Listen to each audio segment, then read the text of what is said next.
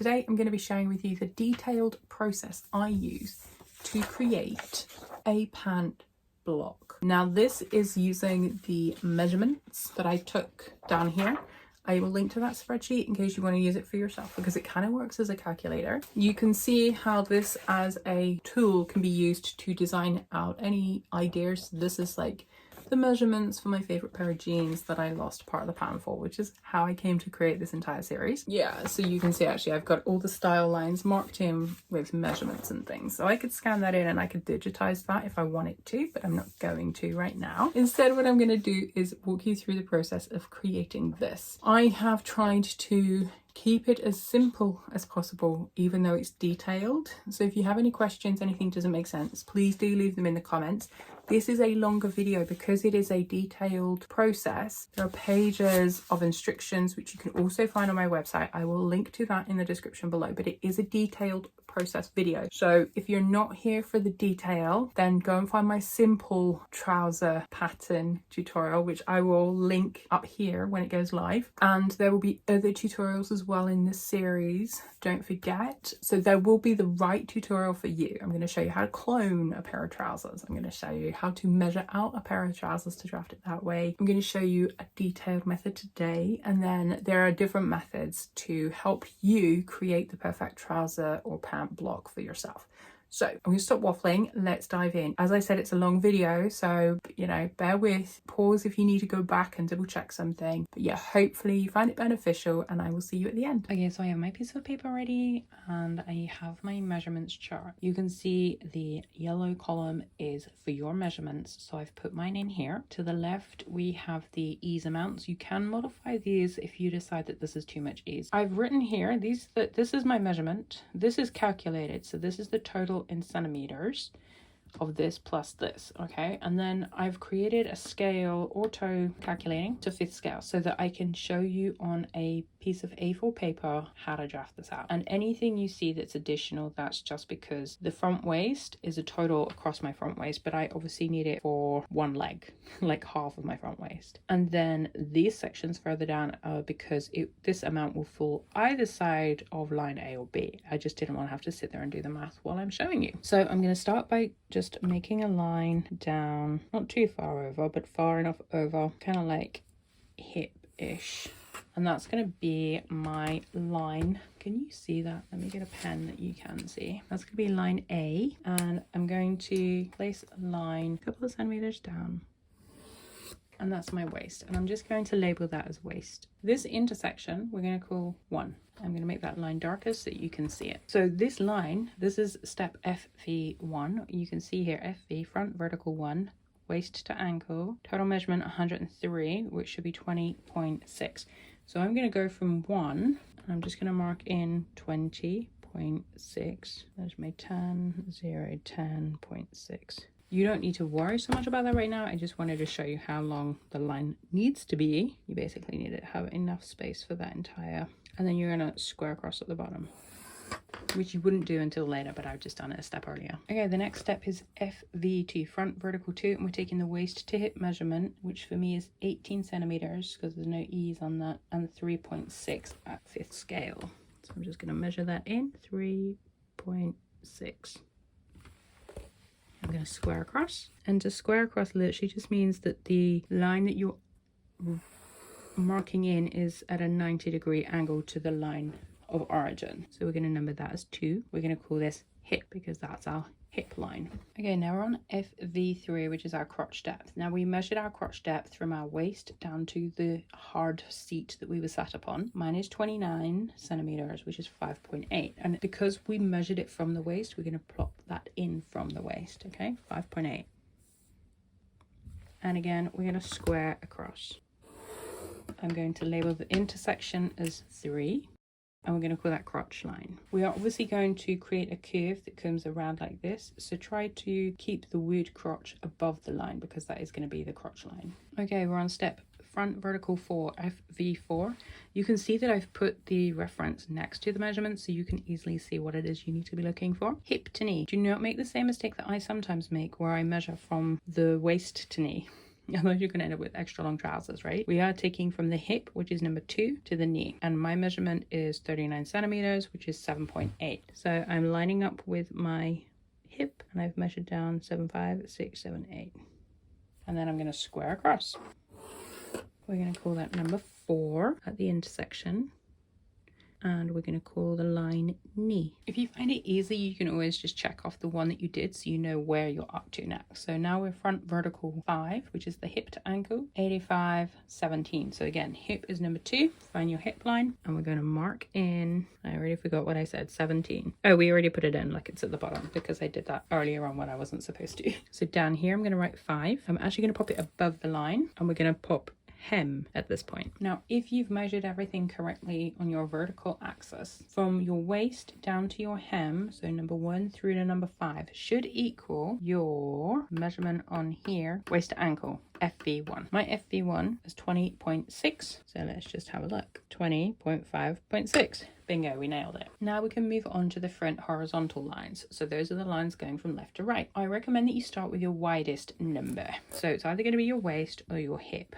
My waist is 23.8. My hip is 26.15. So we're going to go with my hip. We want FH2. My front hip measurement is 12.35. But actually, because that's for the both legs, I only need half, which is why I've written in here 6.175 for one leg. So 6.175. Now, what's half of that? Let's say it's 6.2.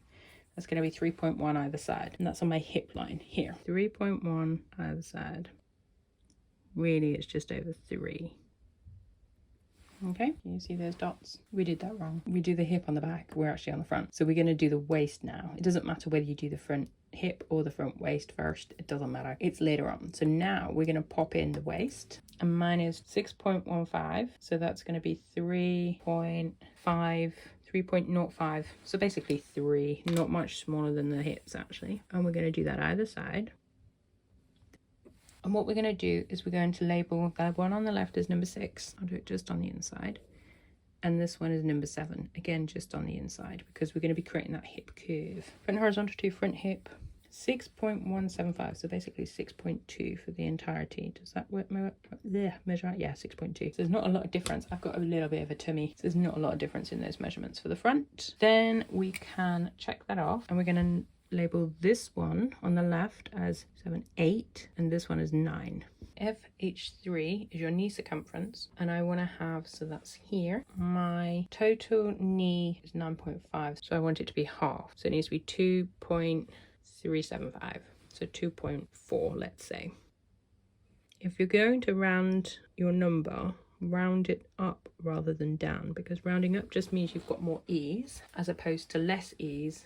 It's easier to pin stuff out than it is to add fabric back in. Okay, so the knee, left hand side, we're going to call number 10, and on the other side it's 11. Okay, now we're down to our front ankle, which is at the hem, and I've got my total front is 3.4, so I want 1.7 on either side. 1, 5, 6, 7. We will call this one 11, 12, and this one 13. Now we move on to drafting the back leg. This is where you decide which is your point of reference, your hip line or your waistline, and this is dependent upon the total measurement. We want to take the back waist, which is 11.5, my back hip 13.8. So 13.8 for me is greater than 11.5. Remember that this is the 1/5 scale. If you're working in actual centimeters, then my back waist is 55 centimeters, my back hip is 64 centimeters. So again, I'd be going with my back hip. So from my back hip, I'm going to measure out 13.8 for the entire back hip, so I need it for 1/2 of my back hip, i.e. one leg, which is 6.95. We actually want to go out that full amount because we're taking it from 9, and then we have to find, because you don't know where point B is yet, do you? Line B for your back, you don't know where that is yet, and we're just going to pop it up right there. And that's your back hip. Okay, we're marking that in as number 29. And this is going to be the back, centre back crotch curve as well. So we want to make sure our number is just on the inside so it doesn't get in the way. Now what you need to do is take half of that measurement. So 6.95, say 7, 3.5. So just shy of 3.5 for me. Yours will be different. And you're going to, I'm actually cheating. I'm using my pattern master to find where the 0 line would be. You're going to make a mark and you're going to square up to the waist and beyond and all the way down. and this is basically your back leg line. We're going to label it as B, and it's going to be your grain line. So this will be your grain line, this will be your grain line. So that's line B. Now, this is our hip line, as we know, hip line. In between the intersection, we're going to label, well, let's start at the top of the waist. So we'll call that number 14. Then the line where the hip intersects line B is 15. And then the crotch line where it meets is 16. The knee is 17. And then the hem is 18. But I want to put the line, just the number just inside, because we're going to extend the hem down a little bit later. So that's your vertical line complete. So now we can go with the waist. If you've done it vice versa, if your back waist measurement was greater than your back hip measurement, then you will have done the same thing. You will have measured out from number 7 across. You would have found the halfway point and you would have measured down, because that would still be halfway between. But for now, we are working with my waist measurement. My back waist is a total of 5.75 for my leg. And that is going to be 575 divided by 2, because we want half either side. Let's say 5.8 divided by 2 is 2.5 plus 0.3 is 2.8 either side. Bum, bum, bum. There. There. And we're going to label those as 19 and 20. Again, we're ignoring the crotch line. We haven't touched the crotch line yet because we need everything else in place first. So we're skipping straight down to the knee. And my knee measurement was 9.5. So half of that was 4.75 for each half of my knee. 4.75. What did I round that up to? 4.8 and say 2.4. So 2.4. 2.4, and then we are going to label the one on the left as 21. My brain's not working, sorry. And this one is 22. And now we move down to the ankle, so the hem. And this is going to be, we have a little bit of ease on the back hem. So mine is 3.9 across, which is 1.95 either side. Now, obviously, this ankle measurement, you've taken your measurements, so you know that that is when your ankle is like this, and you're measuring across the heel and the front of your ankle to get that circumference that you need to be able to get your foot through. So adding on some ease just allows that there is enough, which is why we've added 2.5 centimeters, which is an inch. You will probably want more than that for any style that you're going to create from this block, but that's your baseline. Now we're going to label the one on the left is 21, 22, 23. I'm really confused. Where did 21 go? Oh, that's 21. Sorry, I made a mistake. 21, 29 goes here. So it's 22, 23. So we're going to call this one 24, 25. This is now where we not quite connect the dots, but we are going to make things make a bit more sense. So we're going to connect line 9 on our hip, which is our outer hip point, to line point 11 on our knee for the front section. Okay, and we're just going to draw a line faintly, and we just want to have that intersection here. So I'm going to pop a dot so that you can see it.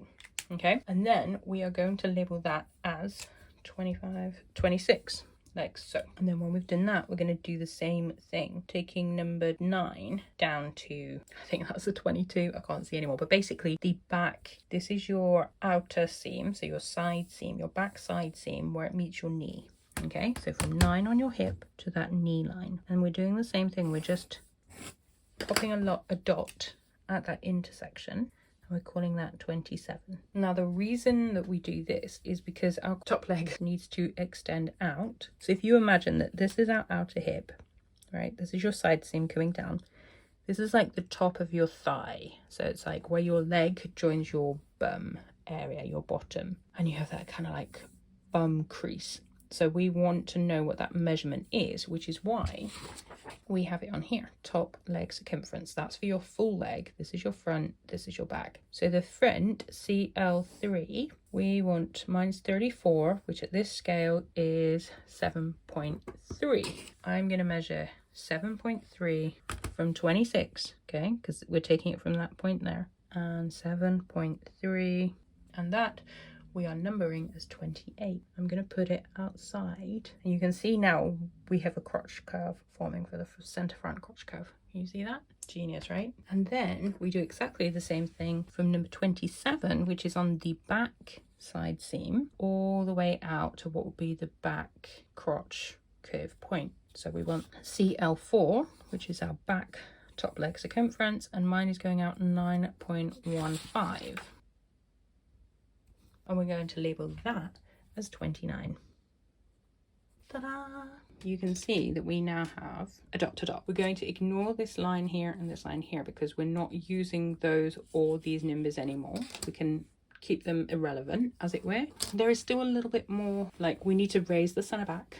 Well, I do, and I need to lower my hem on my back leg, but for now we can actually join the dots. I'm going to find a different color pen to show you what that's going to look like. I've also gotten out my little pattern master. It's like a 4th and a 5th scale, just because it's easier for the curves. Your very first thing that you're going to want to do is to connect number 6 to number 8. Oops, sorry, I dropped something. 6 to 8, which is your waist to your hip on the front. Okay, then you are going to want to create it in a way that naturally curves to your crotch length point here. And you want to counter this. You want to, I did tell you this was the detailed tutorial, okay? So you want to look at your crotch length. My front crotch length is 5.6 on this scale. So I want that line to equal 5.6 approximately. And I want this curve to be quite nice. We are going to add extra allowance when we fit it, but for now we want to kind of get that in a nice way. So what I'm going to do is see if there is any kind of naturally occurring line. Well, actually I really want that to be quite straight to begin with so that it's square. For me, that's just the way that I do these things. So I want to square it down a little bit and then curve it naturally to 6. Can you see that line? I'm attempting to thicken it up, but the problem with doing that is it means it's not going to scan in nicely when I trace it off. So you've done your 6 to 8 and we need to connect it to 28. That's kind of a nice curve. And then I'm just going to mark in here center front like that. Now we connect our crotch point, the front. This is the front inseam down to 10, down to 12. You're going to get a naturally curving line at this point, and then it will straighten out as it comes into number 12. Now I've made mine quite curved the whole way. You might want to straighten yours out. You might have wider calves than me and you might want it to come straight. Like if I get my ruler 1 second. And if I put a straight edge from 10 to 12, you can see I've actually taken in, that's probably the equivalent of, I can't see, 2.5 mils. Then for the hem, we are connecting 12 to 13 and through number 5. So for me, that's just going to be a straight line. You may want to, depending on the kind of trouser, you may want to raise your front hem a little. It is done, especially in the tailoring, to sit over the shoe nicer. And now we get to connect the front side seam. So this is your front, remember, and this is your back. We're going to go from number 7, which was our front waist on the side seam, down to number 26, passing through our hip at 9. We don't have to pass through 26. That's just the point at which our crotch depth. But we do want to be probably beyond it. We don't want to come inwards because that's our crotch depth amount. So I'm going to use my French curve to get a really nice curve. I'm going to see if I can get it to come all the way down to number 11 in a nice curved manner, and I can actually. So that's bringing it down to the knee in a nice curve. And then I'm just going to make it connect neatly. I don't want it to be curved, I want it to be quite straight almost to number 13 at the hem. Now I have the perimeter of my front leg. Right, you can now connect 6 to 7. This is your front waist if you want to, or you can hold on until the end. If you were going to do it now, you can just create it as a straight line. It's probably going to end up having shaping added to it in the fitting, and we will add extra fabric for the fitting on the 12, but it's up to you. You can add it in now, or you can wait until your center back has been put in and then create a naturally curved line up to your center back point. Because I am doing this as a tutorial on my website as well, I'm going to put the waist in so that I can have the photo for others who don't necessarily want to follow along with the video, because apparently some people don't like that. And then before we move on to the back, we can just mark in with a straight line, which already exists, but we can just pop in here a little arrow just to say that this should be the straight grain. So now we can do the back side seam, and that's going to go from 19 to 9, passing beyond 27, hitting 22 and then 24. I'm going to do the same thing where I used my French curve. There we go. Okay, with the back hem, I do like to extend it down what would be about a centimetre. I'm going to do 0.2, but you would basically just do like a centimetre, okay? I'm just faffing because I can hear my cat outside the room being like, is it food from time for my dinner yet? And actually it's not for an hour, but you know what she's like if you've been here a while. Anyway, now we're going to connect 22 to 24 passing through that point. And you're just gonna have a slightly curved, you don't have to have a slightly curved hem, it's how I like my hems to sit. You might like yours different, so if that's the case, then do yours not with any extra length. So we want to connect 20 to 21 and down to 29. I want it to be quite like this, going here, and then I'm gonna scoop it down. You may or may not want it to scoop, you might want it flatter at the bottom, depends what kind of bottom you've got. More like that, so it wraps around my underbottom. Okay, and then we need to connect 29 through 23 to 25. So you can see, like, if this is my center back, it's coming down the back of my bum cheek is here. Here's my bum, yeah? This is going to wrap around under, so I might not need this. I might chop some of this off in the fitting process, but that's the bit that kind of like wraps around the under. So there's my side seam, this is the back of my thigh, and this is all going to wrap under, like my crotch area. I'm going to go up. Oh, I hate making curved lines. In an ideal world, I would just freehand them, but then everyone else is like, I need a ruler. I'm going to freehand it because it's not going to go nice. Yeah, it's not going to go nice. It's going to stress me out. Okay. There we go. Okay, I'm actually looking at this and I'm thinking that's way too long. So I just want to show you something. I'm doing a measurement right now of my back thigh, the back of my top thigh, okay? From side seam to my crotch point, and it comes out at 43. Can you see that? Now, if I measure from this point to here, that is 9.4 times by 5 because it's a 5th scale. That comes up at 47. So this is actually a little bit longer than I need it to be. So I might just bring that in a bit. Let me also measure from 20 to 29, which is my back crotch rise, which is currently sitting at 7.5, is 37.5. Yeah, back rise. See, yeah, it's still not, my back crotch length needs to be longer than that.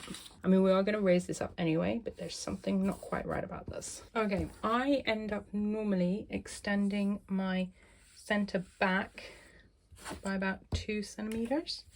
You may not want to do that. You may want to make it more or less. I often have to raise things up. I'm going to just continue that line by what would be the equivalent of 2 centimeters. Maybe I'll do it in a different color so you can see what I did. And what that's done is it's given me more length along that center back crotch seam, which I may or may not need. I feel like I'm gonna have to take some of this out. I'm just going on instinct. And then we can connect the back waist, so 19 to 20.